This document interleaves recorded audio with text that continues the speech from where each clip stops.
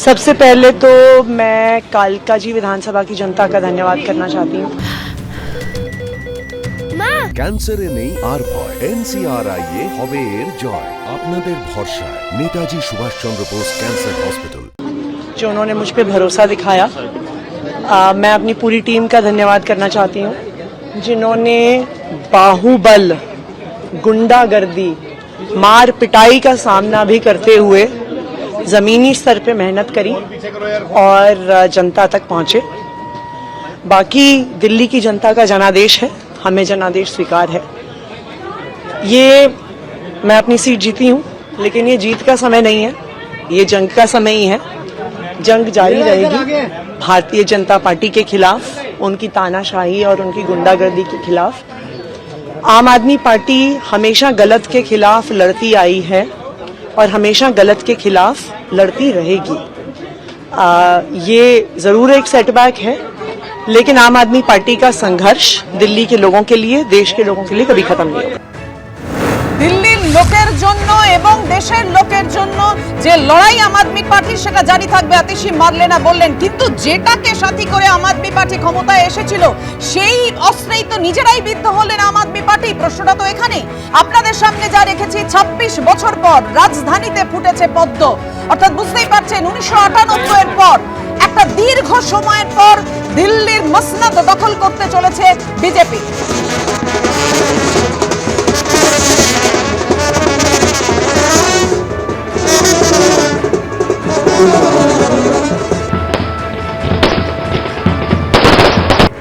সবার নজর দিল্লির দিকে, কেননা ২৬ বছর পর রাজধানীতে ফুটছে পদ্ম।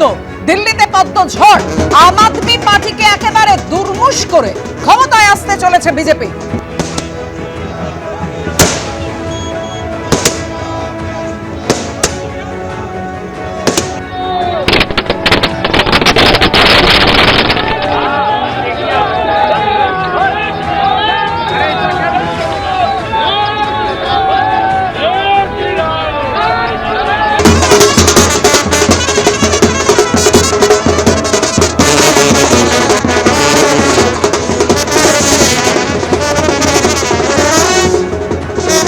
বুঝতেই পাচ্ছেন ২৬ বছর পর, ১৯৯৮ এর পর এবার দিল্লি দখলের পথে বিজেপি।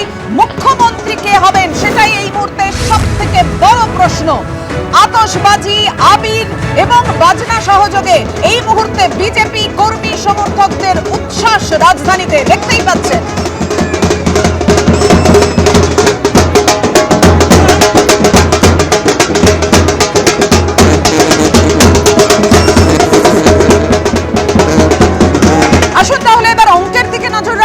দিল্লি বিধানসভার ৭০টি আসনের মধ্যে ৪৭টি আসনে এগিয়ে রয়েছে বিজেপি, আপ এগিয়ে রয়েছে ২৩টি আসনে। কংগ্রেসের ঝুলি একেবারে শূন্য।